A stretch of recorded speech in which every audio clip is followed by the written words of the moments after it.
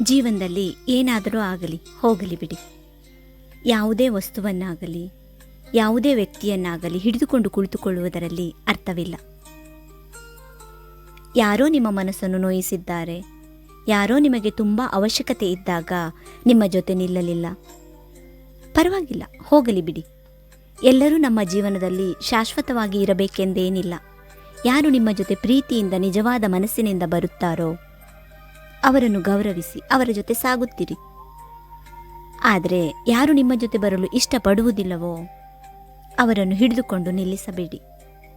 ಕೆಲವೊಮ್ಮೆ ಯಾರನ್ನಾದರೂ ಕಳೆದುಕೊಳ್ಳುವುದು ನೋವಾಗಬಹುದು, ಆದರೆ ಅವರನ್ನು ಬಲವಂತವಾಗಿ ನಮ್ಮ ಜೀವನದಲ್ಲಿ ಉಳಿಸಿಕೊಳ್ಳುವುದು ಅದಕ್ಕಿಂತ ದೊಡ್ಡ ನೋವಾಗಬಹುದು. ಜೀವನ ಮುಂದೆ ಸಾಗಬೇಕು, ನಾವು ಕೂಡ ಮುಂದೆ ಸಾಗಬೇಕು. ಹಿಂದೆ ಉಳಿದವರನ್ನು ಮತ್ತೆ ಮತ್ತೆ ನೆನಪಿಸಿಕೊಂಡು ನಿಮ್ಮ ಇಂದಿನ ಶಾಂತಿಯನ್ನು ಕಳೆದುಕೊಳ್ಳಬೇಡಿ. ಯಾರು ನಿಮ್ಮ ಜೊತೆ ನಡೆಯುತ್ತಾರೋ ಅವರನ್ನು ಮನಸ್ಸಿನಿಂದ ಸ್ವೀಕರಿಸಿ.